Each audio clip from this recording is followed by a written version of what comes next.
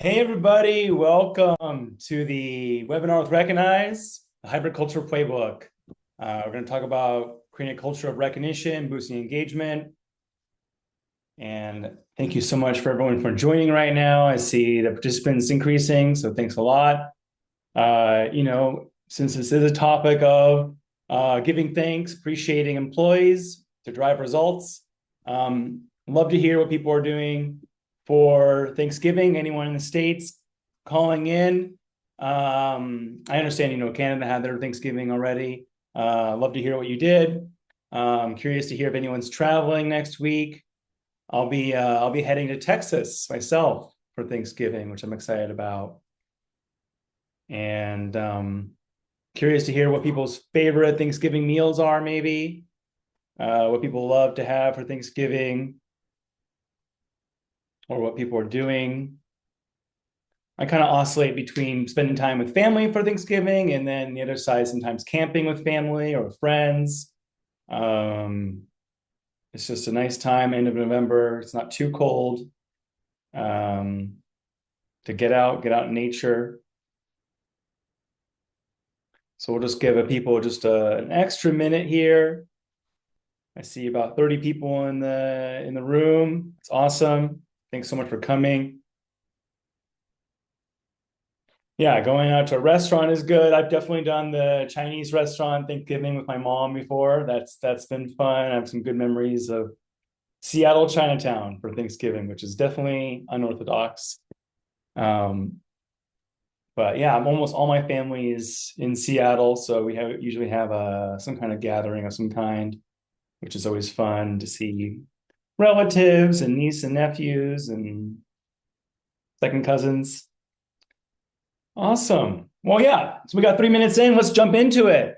So we're talking recognition, culture, engaging employees, right?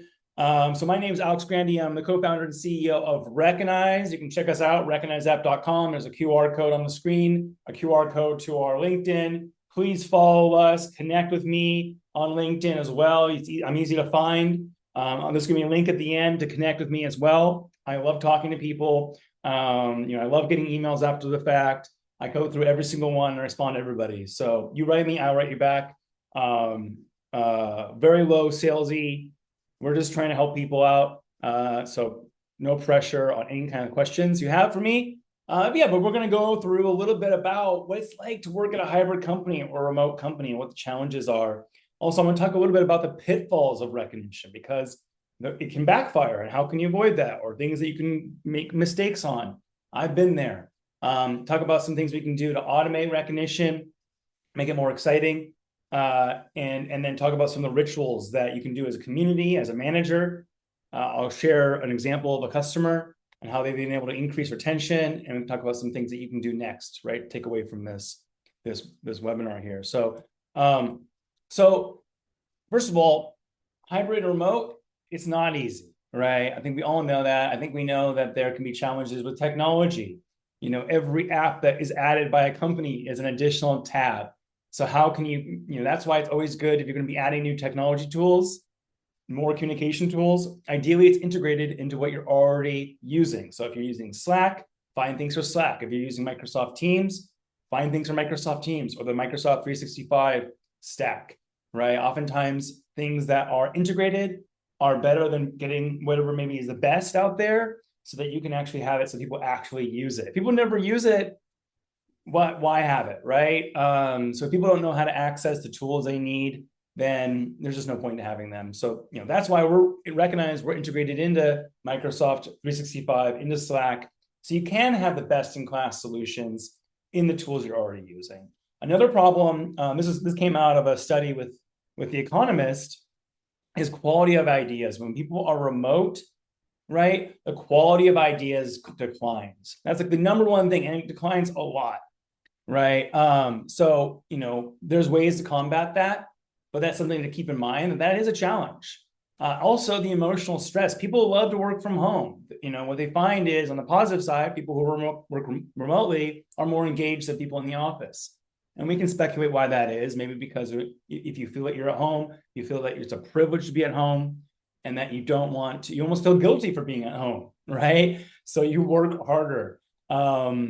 So I think we all know during COVID what it was like to work from home. You end up working longer hours than you're used to. But end of the day, maybe your dishes are done and the laundry's done because instead of taking a break, walking around the office, talking to people, going to the vending machine in the office, you're actually doing chores, right? So it's actually, it's overall, I think, a net positive.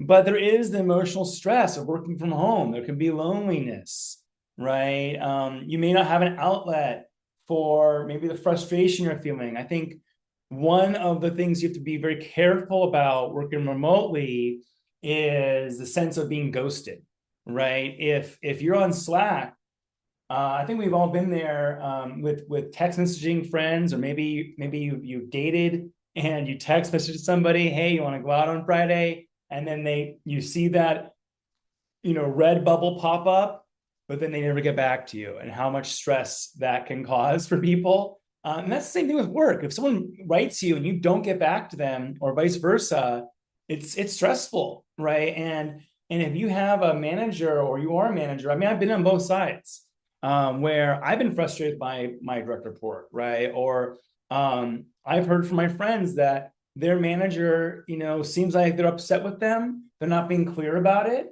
And now they're not getting back to them as quickly, So these kind of passive aggressive behaviors that may not be intentional, but it can be exponentially more painful, more stress when you're a remote employee. You can't be walking down the hallway seeing that facial expression of your manager, right? When they pass you, do they smile at you or do they look upset? You don't get that. You're just left wondering what's going on. So I think that's a big problem that can come from working remotely. And that's why we need to overcompensate by communicating even more than we have. And I'm going to talk a little bit about some ideas on that. So I want to talk a little bit about the pitfalls of employee recognition before we get into some of the benefits and how we can accomplish it. But some things that can happen when with recognition or with a recognition program. Number one is maybe you have an employee that's not going as well as you would like. And so then you try fixing it by actually giving them more recognition, right? And this can totally backfire. So let's say you have a bunch of employees, they are high achievers, they're A players, and then they see you giving recognition to someone who's not an A player, right? So you have to, before you use that strategy, because I know sometimes it can actually engage, low performance employees by giving them more responsibility. That's always a tool in your toolbox, is to give more responsibility and see if that fixes it. Maybe they're disengaged because they're really smart and capable, but you're not giving them enough responsibility, right? Or maybe they're not receiving enough recognition is one of the kind of pitfalls here. So what you do is you want to look at how often is that low performance employee, how often are they being recognized now? So that's what's nice about having a program or a spreadsheet that you can look back at the data. If they're getting a recognition once or twice a month already, you don't need to give them additional recognition. It's not going to move the needle on that performance that they've already been recognized. If you look back and they're not being recognized for any of the accomplishments, any of the positive work that they've done, that's an opportunity to then give them a shout out, right? And maybe that will then improve performance.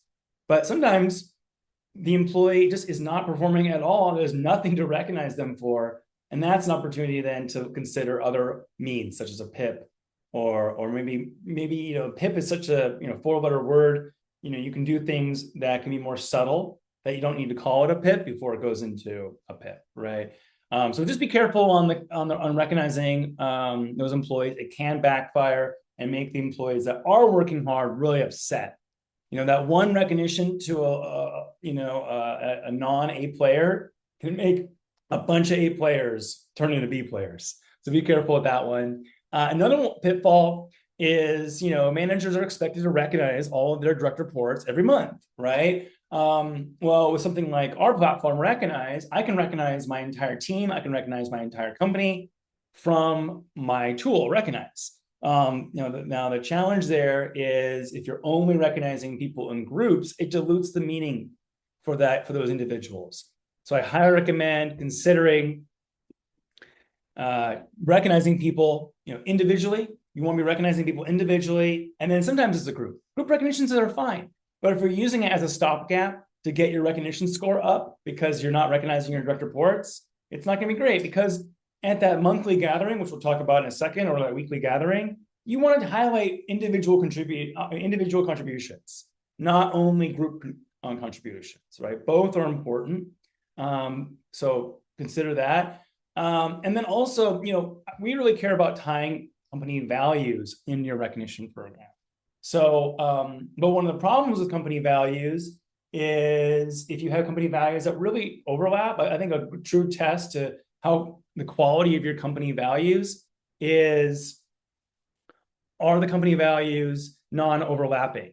So when I'm going to recognize someone, is there a clear distinction between the values, right? And if there's not, you should reevaluate your values, because they may not be as clear or defined as they could be. So another thing is, failing to ensure all deserving employees are recognized. So again, that's why it's good to look back at the last month or the last quarter and make sure that there's people not falling through the cracks. Sometimes you can have your best employees, your top performers, and you think they're good and you don't recognize them, right? But they're the ones that need it the most, possibly because they're working hard and they're doing all this great work, but then no one's noticing. So just that, for those kind of knowledge workers, high achievers, just a once a month meaningful recognition can be all it takes to get it back up. And also one of the things they say with recognition is be timely, be timely. When you see recognition, say something. When you see something amazing, do it now. I disagree.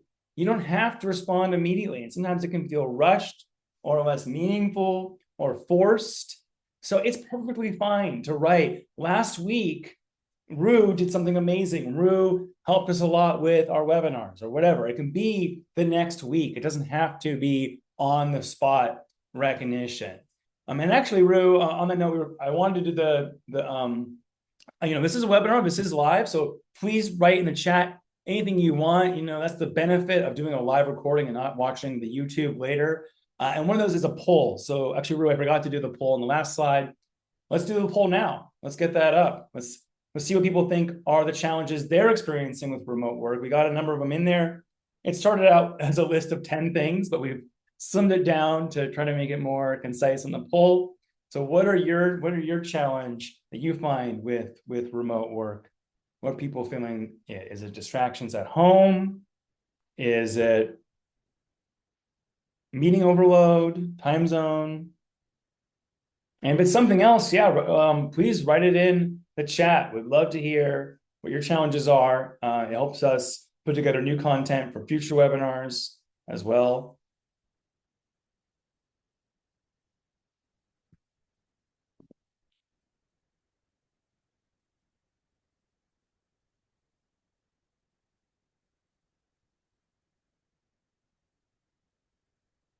All right. Wow. Look, I love it when it's so clear. Look at that. It's not just kind of a bit of everything. Look at that. Misunderstanding, slow responses, unclear messages. Personally, I can say something I've learned with my business partner here at Recognize is, like David just wrote, text tone, right? We've solved so many issues in communication by getting off of chat and getting on the phone. Okay, if you're talking to somebody and it is at all anything that has people have passion over, or anything beyond something as simple as where's a document, even the conversation of where a document could deserve a phone call. You say, where's a document? And the person says, I don't know, wherever you put it, or something like that. And you interpret that as passive aggressive, right? But maybe it's not. Maybe it's just like, I don't know, you're the one that saved it last, or whatever. I'm just making this up. But get on the phone, quick huddle in Slack or get on a call in Teams. Talk to that person with your voice. That tone of voice is so important. And when you get in these long text threads, into SMS or on Slack or Teams, it can be confusing what we're responding to or what was said or what's going on. Yes, it can be nice to have a paper trail, That's why I take copious notes on any phone call I have, any meeting I have it written down. And now with things like, Zoom transcripts and things like that, that can be really useful to look back on what was said. And taking copious notes is really important to remember what was decided, right? Yeah, get off the phone. Get off of texting, get on the phone. Misunderstandings is happening all the time. And definitely, if you don't take notes on meetings, misunderstandings can keep going after that because it's unclear what was said or what was agreed upon. The next one I see work-life boundaries. Yes, totally hard. There's nothing, I don't know if there's much we can do. If you're at home, I'm in my home, right? And so things are going to come up, which is a negative and a positive. Like think about our pets, think about our dogs. When we all had to go to the office every day, our pets have to stay in the house for 8+ hours, right? And so, that can be very hard. So for our family life, so actually working from home can be a huge benefit, but being able to set boundaries can be tough. I see Aaron chimed in here. We started a lunch roulette where we reimburse for lunch and do thoughtful pairing for remote employees to connect on a personal level over lunch. It helped folks get to know their colleagues, sort of a small group water cooler moment. For sure, I love that. We lose that when we're not all in the office. We lose that water cooler moment, or being able to say to someone, hey, did you hear about X? And then somebody else overhears and says, yeah, I heard that.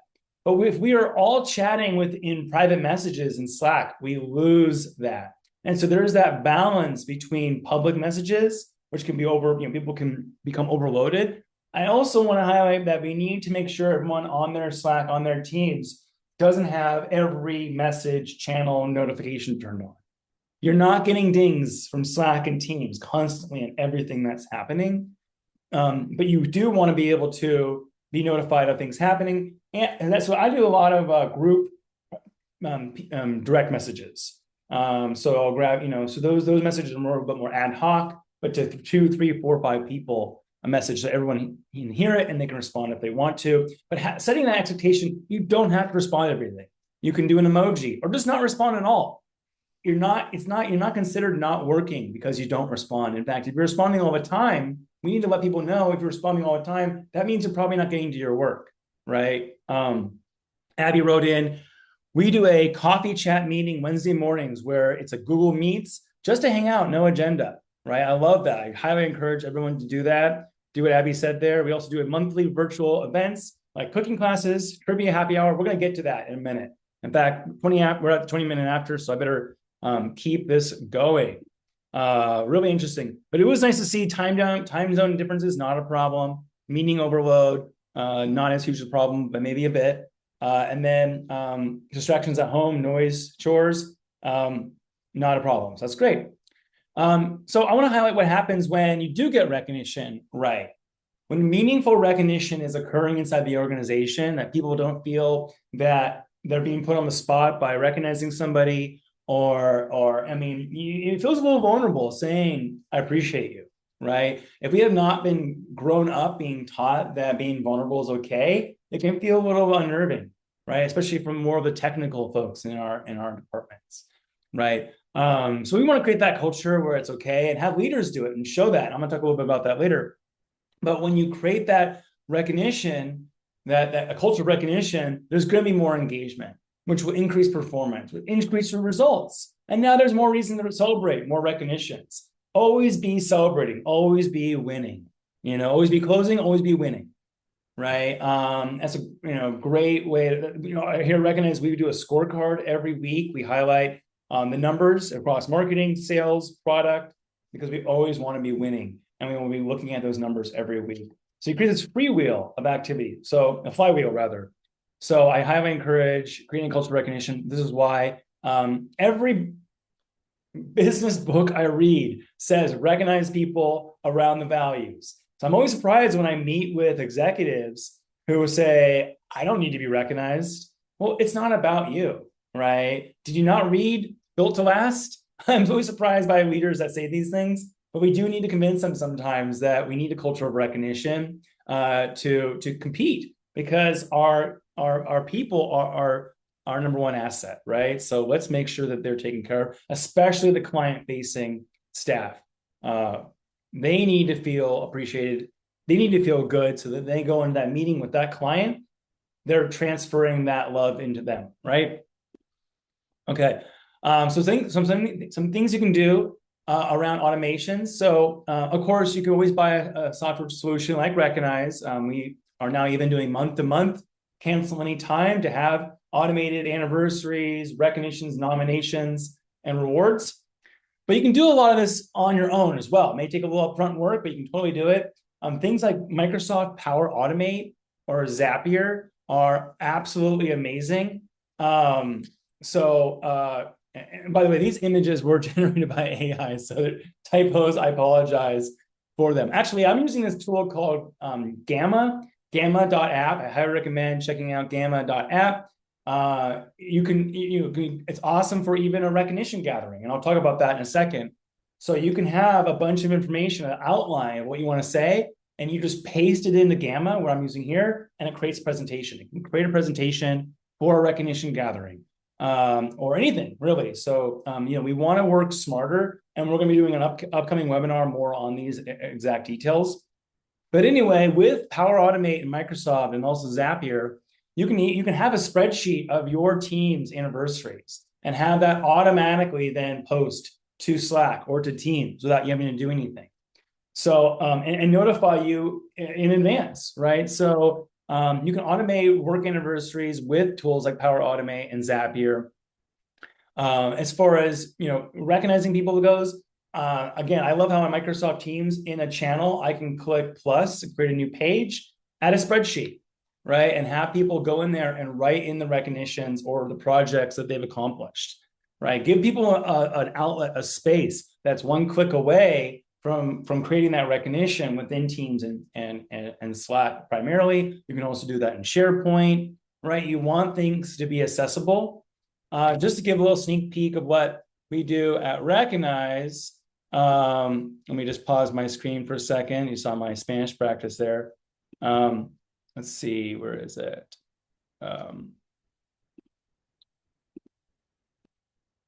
here it is.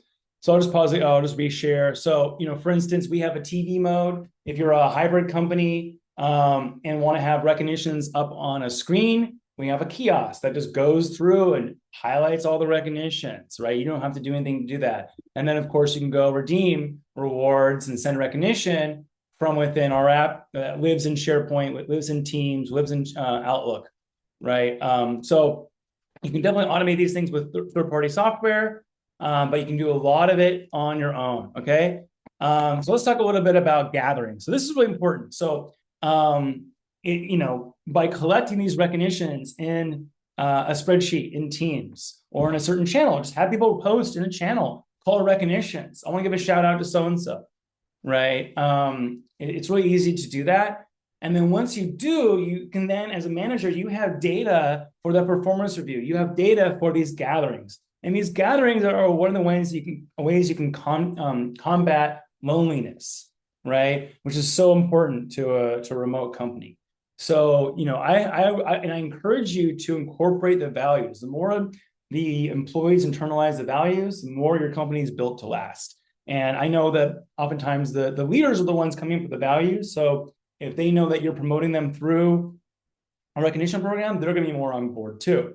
And also, I like to look at individual departments. Individual departments oftentimes have their own set of sub-values that they, or things that they care about, or certain behaviors they care about. Incorporate that into your weekly stand-up, right, with your team, to make sure you highlight some of the recognitions that people have been sending and actually recognize the recognizers. Since our company is a recognition software tool, one of our main values is, are you a recognizer? Do you understand this inherently, that recognition is important? So I highly encourage you to create that culture as well, that recognizer culture. Include everybody in these monthly or weekly gatherings you do. So look through the recognitions in that spreadsheet that you have, or in that channel, that recognition channel that you have, or using a tool like Recognize, and pick out recognitions that everybody, something that everyone has written, something, a recognition for each employee. So everybody's recognized, right? That's the point of that. And also something that's really fun to do, and you can easily do this with Recognize with a random generator, but also you can do it yourself just by maybe closing your eyes and scrolling and picking on one. But pull out a random recognition, that way it doesn't feel like it's hopeless to ever win, right? If you send a recognition to somebody, that's like entering into a raffle, right? And tie, and then award them in some way, I want to touch on an acronym that I bring up a lot. It's from gamification. It's SAPS. It's right here on the right here. Status, access, power, and stuff. So those are the kind of the 4 motivators in gamification, and you can use it with your team. So status, right? Being highlighted in the company newsletter that goes out, getting a new promotion as a senior, whatever they do, right? Getting access to a conference, being able to make the power to make a decision. If you're shown to be a leader in a certain type of maybe cost savings, you are part of the cost savings committee, right? And then lastly, these are the top motivators. So just because it's the last doesn't mean it's not as powerful. They're all powerful tools. But the last one is stuff, right? More money, prizes, rewards, gift cards. So all these are things to look at. But oftentimes people just use stuff. Hey, here's a gift card, here's that. But also just highlighting people, status can be very, very powerful, even more powerful for building intrinsic motivation. All right. So now a couple of things. So managers are the rubber that meets the road. I think we all know the expression. You join a company and leave a manager, right? But the opposite can be true. You could be at a company that's not your perfect place to work, right? Maybe what they do, you're not super passionate about it. We're not always going to be at companies where we are super passionate about the mission, but we can be working with a manager that we'll never forget, right? I think the best managers we've had are the ones you'll never forget them, right? So create that kind of atmosphere, that relationship. So in your one-on-ones, I had a friend recently tell me, "Oh, I have a new manager," and I'm like, "Okay, how's that going?" Well, we have hour-long one-on-ones every week, and I was like, "Well, that's a long time. What do you guys talk about?" Well, she just talks to me the entire time. My friend said, they just talk at her for an hour. That's not a quality one-on-one, right? So your one-on-ones should be obviously about the person you're talking to as a manager, but include the recognitions that they've received and sent, or ask, what was something that, what was a recent recognition that you felt was really meaningful? Or do you feel like you're being recognized for your accomplishments, right? Double checking on that. You don't have to ask that every time, or every once in a while, depending on how often you one-on-ones. I've had one-on-ones where my manager just wanted to talk about sports and stuff, it wasn't really meaningful. It was kind of a waste of time. So, evaluate yourself on those one-on-ones. Maybe do an anonymous poll or survey with your staff. How are you doing on your one-on-ones? If it's a waste of time for them, it's a waste of time for you. So fix that. I really love ad hoc private messages. So Brene Brown, I think we all know her. She, obviously is incredible. And one of the things that she talks about is a jar of marbles, right? You have a jar of marbles for your friends and your colleagues, and they have one for you too. And each time you build trust, a marble is dropped in the jar, right? So you want, when your jar of marbles is full, you don't have to use feedback sandwich to give feedback to somebody. You don't have to do these types of cheap tricks, right? If you have a strong trust between you and your direct report, you can just talk to them about what's going on. And don't do it over a Slack message or a Teams message. Do it over the phone. What I'm trying to say here is you can build that trust, you can build that jar of marbles through those small moments. So your direct reports are doing it with you when they say they're going to do something by a certain time and they do it. There's marbles being dropped in your jar. And the other way it goes about for you, if you private message them and say, "Hey, how was that birthday party with your family? How was How is your grandmother doing? You mentioned something was going on recently, right? A kind of a side note trick for social functions. I read it. I think this is a bit of from How to Win Friends and Influence People, but write down people's names. Remember their name, right? We all know that. That's been around for decades. But I like to take a step further. Before I go into a social function, I open a notepad on my phone. I write down the name of the event, so I remember it. And then I write down people's names I meet, right? But then also, if I'm feeling I want to go above and beyond, I will then write down something about them too. And so then maybe I'll see them in 6 months. Hey, Tim, it's Alex, right? They may not remember your name, but I wrote it down so I remember. Hey, Tim, it's Alex.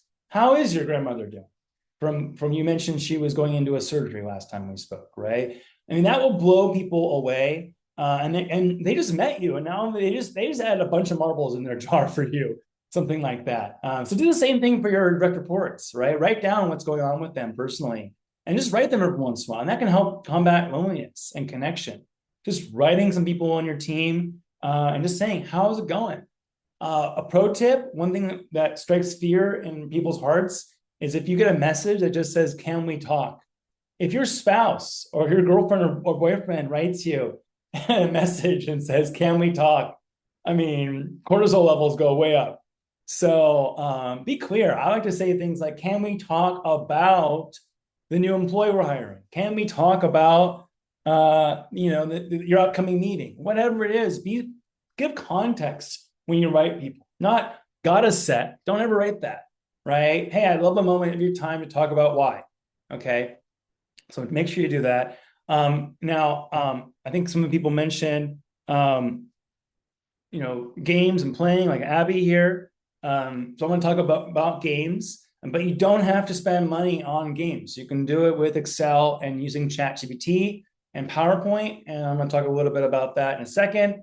I also want to highlight on the bottom of the screen here are some templates you can use. We have more templates on our website, on our blog, but feel free to take screenshots of those. I'm not going to go over what those are, but some examples of how to be better at recognitions. I did want to highlight something that Spencer wrote. Where are the psychological limits of too much appreciation? How do you maintain that delicate balance? I think, if it's coming from you, I think you'll know, right? And I think that's why sometimes it's good to go look back and see the recognitions you've already been sending, and make sure you're not being overkill. I've been doing some reference calls recently for some people we're interested in hiring, and some people can just say way too many positive things that you just don't even believe them anymore, right? People who are real are the ones that we appreciate the most. If you have someone who a lot of times is, that was good, but it could be better, then they believe you, they trust you, right? So you want to be real. If you're always showering everyone with praise, it actually can be demotivating. It's like, well, I'm doing so great, I don't need to try so hard, right? So be real with your feedback. Look back on who you're recognizing the most. Again, it can be so easy to accidentally end up recognizing the people who are lower performing than people who are higher performing because you're just trying to get them to do better. So you're sending them all these recognitions. That's actually will backfire. So it's really good to be able to have a track record and be able to look back to make sure you're on the right page. Also doing pulse surveys, checking in with your team. Do they feel like the recognition is warranted? Do they feel like it's overkill? Most of the time when people do employee surveys, they find that their staff don't feel recognized, they don't feel appreciated. So it's almost like a good thing that you've gone to that level because it's easier to pull back than to add on. So yeah, good question, Spencer. Move on to the next one. So let's talk about some games you can play. So trivia, the other week I piped into ChatGPT. I said, give me 10 trivia questions, right, across for the last 20 years around music, culture, movies, politics. And then you get those 10 questions and then just get an outline. Give it to me in outline form. You can tell it, ChatGPT to do that. Take that, paste it into Gamma here, this tool I'm using here, skip PowerPoint, paste it into Gamma, and boom, now you have 10 trivia questions, right? And then go into we have a bi-monthly meeting when we do on our team. So we have a monthly, meeting where we talk about the goals of the month and how it ties to the quarterly goals, right? And in that meeting, we also do in that monthly meeting, we do a recognition gathering. So that's when we pull the random recognition of the month. That's where we highlight recognitions that people received from their teammates or from me. But then in the middle of the month, we do a fun thing where it's just a game, or we hang out, or if someone has their 5-year anniversary, I'm able to go back and highlight recognitions they've received in the last 5 years. So that's really fun. But yeah, with trivia, it's easy to get 10 questions from ChatGPT, paste it into Gamma. Gamma is free to use. I'm using it for free, or into PowerPoint. And then you can go through each of the trivia questions, which is really fun.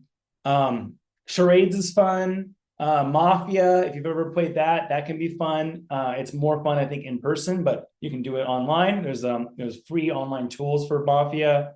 Basically, it's a game of kind of figuring out, kind of deducting who is Mafia versus the victims. Anyway, there's other names for it. Werewolf is another name for it.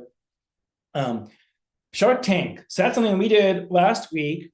So I asked ChatGPT, give me, and this could be great for ideas. Actually, you can get ideas from this, this could combat a lack of quality ideas, or you can do it for fun. So what we did was I asked ChatGPT, give me 10 words around technology phrases. So things like drones, digital twin, AI, and then give me 10 activities or things, right? And it was like camping, cooking, working out, right? And then I randomly put those words together. And so the pitch contest was in 2 minutes or in 30 seconds, come up with an idea with AI plus camping, and then give a 2-minute pitch. Super fun to do that. And it could be around what you do as a business. Hey, we want to do a Shark Tank on how to improve our own business, right? What are ideas? And I love combining the 2 words together and coming up with something. You can have this as individuals, or I think it's even more fun to have it in groups, right? So you split it into 2 or 3, 4 groups, employee groups, and have people then go off into their own chat group and then come back and pitch their idea.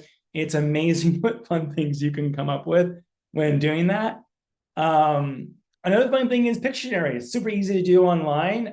You can do PowerPoint or Zoom. There's also tools online you can use that are free to have someone draw, and you have to guess what they're drawing, which can be fun. Also, task-based bingo. That could be something that you do throughout the entire week. If you accomplish 5 in a row of these activities, you can win a prize. And the first 5 people who accomplish a row of things, win a prize. And after that, people are just mentioned, right? So that can be really fun to do. And that can be things like wellness or going above and beyond. There's a fun game called Fishbowl. I recommend checking that out. It's I played this with all kinds of people I've played Fishbowl with, because you come up with the content. So everybody writes down a few phrases or words, and then it's kind of a memory game. Then your team has to act it out. So charades, or they have to say only one word, right? Or they have to describe it without saying what it is. There's like 3 rounds, and the people who have guessed the most answers correctly and their team win. Go online to read the instructions more clearly. It does take people kind of a little bit to wrap their heads around, but it really is really easy once you understand it. But what I love about it is you create the cards yourself, right? Trivia Pursuit is a fun game, but you have to keep getting new cards to keep playing it, right? That would be relevant. Whereas Fishbowl could just be, people will put wild things in the fishbowl of things that they expect you to act out and such. So definitely fun to play with your team. So what's the point of all this? It's to create camaraderie. It's to create connection when you're not all in the same place, right? Obviously, it's great to be able to be a remote team because you're able to hire the best candidates anywhere in the country or the world, right? But we have to do things to create that connection. So awesome. So let's go ahead and keep going a little bit farther. So I do want to mention a case study. So we have a customer, it's a new customer. And what they're finding is their employees that are recognized stay with the company longer. They stay with them 7 months longer on average than the employees who aren't recognized. So it's kind of interesting to consider. Are they staying longer because they're recognized, or are they just not the right fit, which is why they're not being recognized? So I think lack of recognition can be a leading indicator of who's going to be leading the company or who's not a great fit for the organization. And then positioned as that can be a stronger reason for maybe leadership to buy into a recognition solution like Recognize, or put effort into a recognition program is the data you can get on that, knowing who is a high achiever or not in a systematic way. Just because you have a recognition program, again, doesn't mean you deserve to be recognized. Recognition is a privilege, not a right. So it's something to consider. And how are they doing that? How are they creating that culture of recognition? Well, when someone joins the company, they're expected to recognize someone their first day, right? So that immediately says, we care about this and you need to participate in it.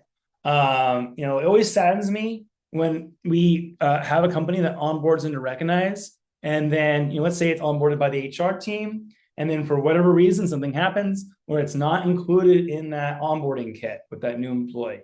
So we love to encourage our customers to make a little short video of a leader sending a recognition and saying, we really care about this. And here's me sending a recognition. And you can include that video in our app and Recognize when someone joins the Recognize platform, or in the onboarding kit when you have new employees. But your direct reports should expect to recognize someone the first week at least. And that's a great way to create that habit of recognition. They're also using Recognize to promote professional development, right? Instead of just being like, oh, attaboy, good job, like these loose, not very clear, not KPI-driven recognitions. This can be nice every once in a while, but you really want to tie recognition to business results. And that's the most important, right? With our platform, Recognize, you don't just only receive recognition, you can report to your manager things that you've accomplished, that they've set up and they've chosen for you to accomplish. So that could be a safety training or security training or personal development. Or if you're a client facing, you got a positive online review from your interaction. Those are all reasons to be recognized that you can highlight privately to your manager, and then obviously get points and rewards and things like that from our platform. So just a couple of things that can happen when you do have a culture of recognition, along with higher retention. Gallup reports 74% less likely to leave if you're recognized. Also, recognition increases those OCBs, that's that organizational citizen behaviors, right? So basically going above and beyond. But people who are recognized are more likely to go above and beyond, more productive. And when recognition is part of the culture, it's one of the highest ROI creating engagement activities you can do. There's obviously mentorship, and there's wellness, and there's other practices you can do, but just simply recognizing your direct reports and your teammates is one of the most powerful. So share that with leadership, super important. And that's it. So that's 45 minutes, wrapping up here. So create those rituals, create those one-on-ones, and have those one-on-ones be meaningful. Check in with, if you're a director, check in with your managers. Check in with your manager's direct reports. Are they getting back to them? Are they ghosting them? Are the one-on-ones meaningful? Are they recognizing their direct reports? Managers should be measured on this, and we can create the systems to do that. I do want to highlight that we are having an upcoming webinar, so hopefully you'll get an email about that from us. It's going to be coming in a couple of weeks here in December, and we're going to talk more about how to use AI, how to use Zapier, Power Automate to do some of the things I've talked about in this webinar. So if you enjoy this webinar, come to the next one. We have webinars every month, and thanks so much for coming. Let's see if there's any final questions that anyone has brought up in the chat before we close it out. I guess I'll close and say, please email me. My email is there, alex@recognizeapp.com. If you have any questions, I also can send over award certificate templates you can use to email or hand out in person. I have a lot of fun resources that are free that you can utilize. So I don't bite. Please write me. Love being part of the community, and follow us on LinkedIn, please. Thanks so much.